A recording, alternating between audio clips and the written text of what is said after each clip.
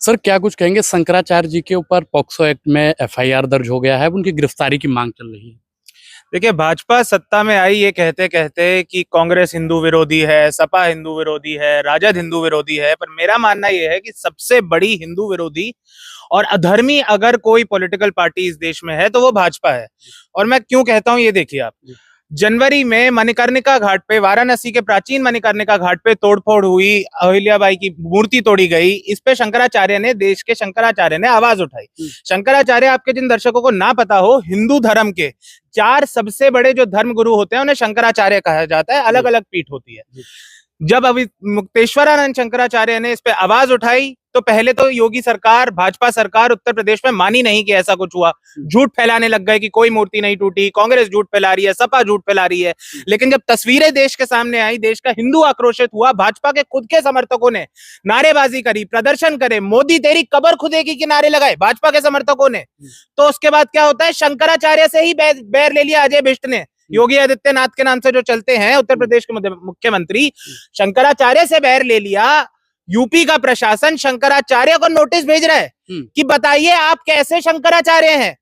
देश के जब बाकी तीनों शंकराचार्य ने, या विश्व के जब बाकी तीनों शंकराचार्य ने उन्हें मान्यता दे रखी है कि वो शंकराचार्य हैं ज्योतिर्पीठ के, तो योगी प्रशासन कौन होता है पूछने वाले? कौन शंकराचार्य? नकली महंत बनके, भगवाधारी कपड़े पहन के राजनीति करते हैं, मुसलमान लड़कियों को कब्र से निकाल के उनका बलात्कार करने की बात करते हैं, और फिर बोलते हैं कि हम हिंदू धर्म के रक्षक हैं। ये किसी भी धर्म के रक्षक नहीं, ये हर धर्म के भक्षक हैं। शंकराचार्य से आप देखिए, बैर इस तरीके से ले लिया। 21 जनवरी को नोटिस दिया, बताइए शंकराचार्य कहाँ है। 24 जनवरी को एक गुंडा जो इनके साथ चलता है, जिसपे 27 मुकदमे हैं, और कोई इधर उधर का लड़ाई का मुकदमा नहीं है, हत्या के, बलात्कार के, सामूहिक बलात्कार के जिसपे आरोप है, हिस्ट्री शीटर है, वो व्यक्ति शंकराचार्य मुक्तेश्वरानंद के खिलाफ जाके एफआईआर कराता है कि इन्होंने पिछले साल के कुंभ मेले में किन्हीं बच्चियों का यौन शोषण करा था। अब आप बताइए, क्या देश का ब्राह्मण, देश का हिंदू या देश का नागरिक आक्रोशित नहीं होगा इससे कि आप शंकराचार्य पे यौन उत्पीड़न करने का आरोप लगा रहे हैं? यौन उत्पीड़न करने वाले तो इनके मंत्री हैं, हरदीप सिंह पुरी, जो खुले में कहते हैं क्या हो गया, एप्स्टीन तो कुछ नहीं कर रहा था। मैं जब उससे बात कर रहा था, वो छोटी लड़कियों के साथ ही तो यौन संबंध बना रहा था, उसमें कौन सी बड़ी बात हो गई? That's it. ये उनकी प्रेस कॉन्फ्रेंस है, आप देखिएगा, दैट्स इट। उनको मजाक लगता है। और इनके हिस्ट्री शीटर जाके शंकराचार्य पे आरोप लगाते हैं। शंकराचार्य को पुलिस पकड़ती है, उनके रथ को जाने नहीं दिया जाता, उनको संगम में शाही स्नान नहीं करने दिया जाता। सैकड़ों सालों से, हजारों सालों से जो एक परंपरा चलती आ रही है, उस परंपरा को, हिंदू धर्म की परंपरा को भंग करा भाजपा की सरकार ने उत्तर प्रदेश में। और उसके बाद देखिए क्या होता है, ये पॉक्सो का चार्ज लगा दिया, बटुकों को पकड़ के मारा जाता है। बटुक जो होते हैं ब्राह्मण होते हैं, जो शंकराचार्यों के साथ और बड़े धर्म गुरुओं के साथ रहते हैं, सेवा करते हैं, अपनी शिक्षा लेते हैं धर्म की, उनको मारा गया, उनकी शिखाएं खींची गई, पुलिस ने शिखाओं से खींचा है उन्हें। 83 साल के संत को मारा गया, और आज भी इनका हिंदू धर्म पे जो प्रहार है वो जारी है। तो अगर किसी को ये गलतफहमी होना कि भाजपा मुस्लिम विरोधी पार्टी है, नहीं, भाजपा हर धर्म की विरोधी पार्टी है। जैनों के मंदिर तोड़ते हैं, सरदारों को खालिस्तानी बोलते हैं, क्रिश्चियंस को राइस बैग बोलते हैं, और हिंदू धर्म के शंकराचार्य पे और मणिकर्णिका घाट पे प्रहार करते हैं। ये इनकी राजनीति है और ये इनकी सच्चाई है। शंकराचार्य जी ने कहा कि हमको तो पता था पहले से ही कि प्रहार होगा, लेकिन इतना नीच प्रहार होगा ये हमको नहीं पता था। जाहिर सी बात है। देखिए, जब इन्होंने शंकराचार्य से बैर लिया, मुझे लगा गलत है, पर मुझे पता था कि ये भाजपा है, इतना ये कर सकती है। इनकी नजर में BJP is Hindu, BJP is India, Modi is India.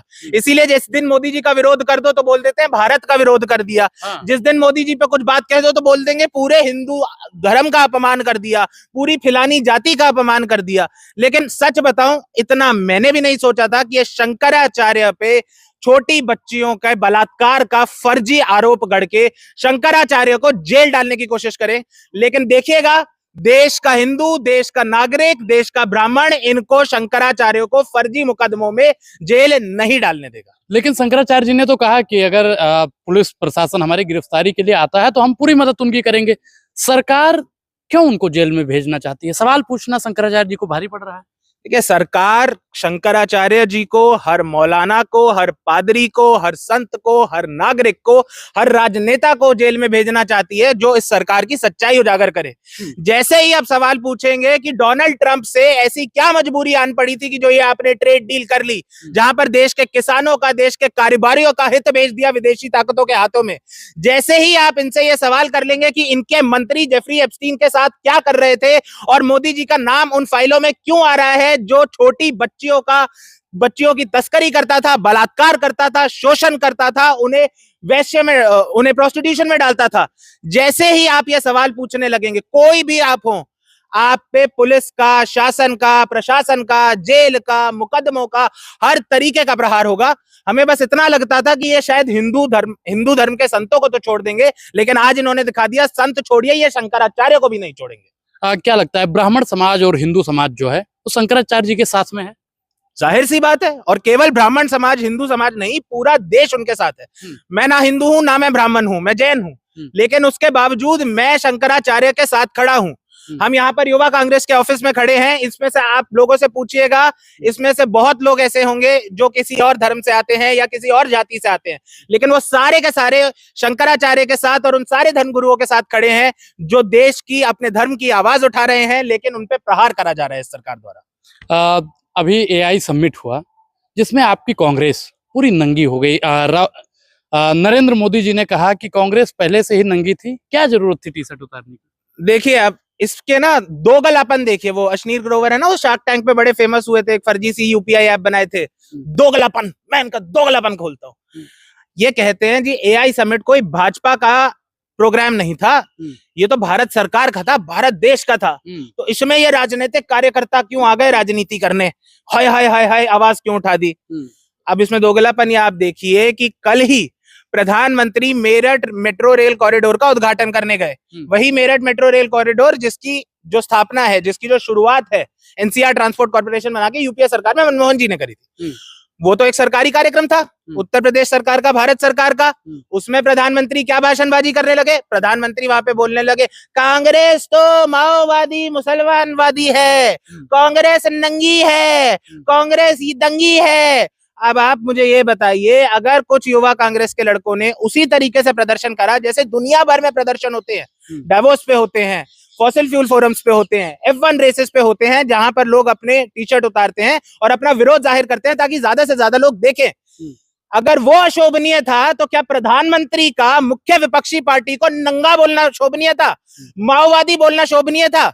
जो भी उन लड़कों ने करा, किसी ने हथियार उठा लिए, और अगर इतना ही बड़ा गुनाह कर दिया, आज तो उन पे आतंकवाद के आरोप लगा दिए, तो जयशाह के पप्पा गृह मंत्री क्या कर रहे हैं?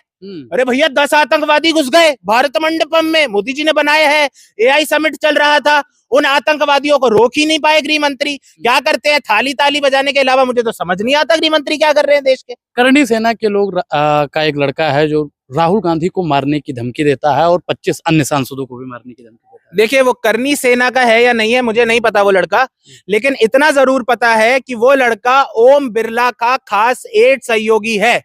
आप उसके चित्र देखिए, आप उसकी फोटोज देखिए, एप्स्टीन वाली फाइल्स में तो अभी फोटोज आनी बाकी है, लेकिन उसकी फोटोज ओम बिरला के साथ जरूर आ गई हैं। भाजपा के कोटा के सांसद हैं, लोकसभा के अध्यक्ष भी हैं। वो आदमी खुले तौर पे सार्वजनिक रूप में बोलता है राहुल गांधी घर में घुस के गोली मारूंगा और तुम 25 सांसदों सुन लेना, गोली मारूंगा। अब आप ये देखिए कि नेता प्रतिपक्ष और देश के 25 सांसदों की हत्या की साजिश सार्वजनिक तौर से की जा रही है ओम बिरला के खास सहयोगी से। क्या ओम बिरला ने खंडन करा? क्या गृह मंत्री ने खंडन करा? क्या नितिन नवीन ने करा? क्या प्रधानमंत्री मोदी ने करा? किसी ने भी खंडन करा? देखिए, बात यह है, ये ऐसे तत्वों को शय देना चाहते हैं, और ये तब तक शय देंगे जिस दिन ऐसी कोई घटना नहीं हो जाएगी जो इंदिरा गांधी जी के साथ या राजीव गांधी जी के साथ हुई थी। और भाजपा के तो एक सांसद बोल भी चुके हैं खुले में कि राहुल गांधी तेरा हश्र वो होगा जो तेरी दादी का हुआ था। उनकी दादी का, इंदिरा गांधी, प्रधानमंत्री इंदिरा गांधी का क्या हश्र हुआ था? देश में अगर अलगाववादी, खालिस्तानी अलगाववादी भिंडरन वाले को रोकने की कोशिश करी तो उनकी गोलियां मार के हत्या कर दी गई, असैसिनेट करा गया, पूरे दुनिया ने उससे सहानुभूति दिखाई, पर भाजपा वाले लड्डू बांट रहे थे। और वही भिंडरन वाला, उसने बिट्टू जो ये आया था ना थोड़े दिन पहले, कह रहा था कि अरे मुझे देशद्रोही बोल दिया, पूरे सिख गद्दार समाज बोल को माफ कीजिएगा, गद्दार बोल दिया, पूरे सिख समाज को गद्दार बोल दिया।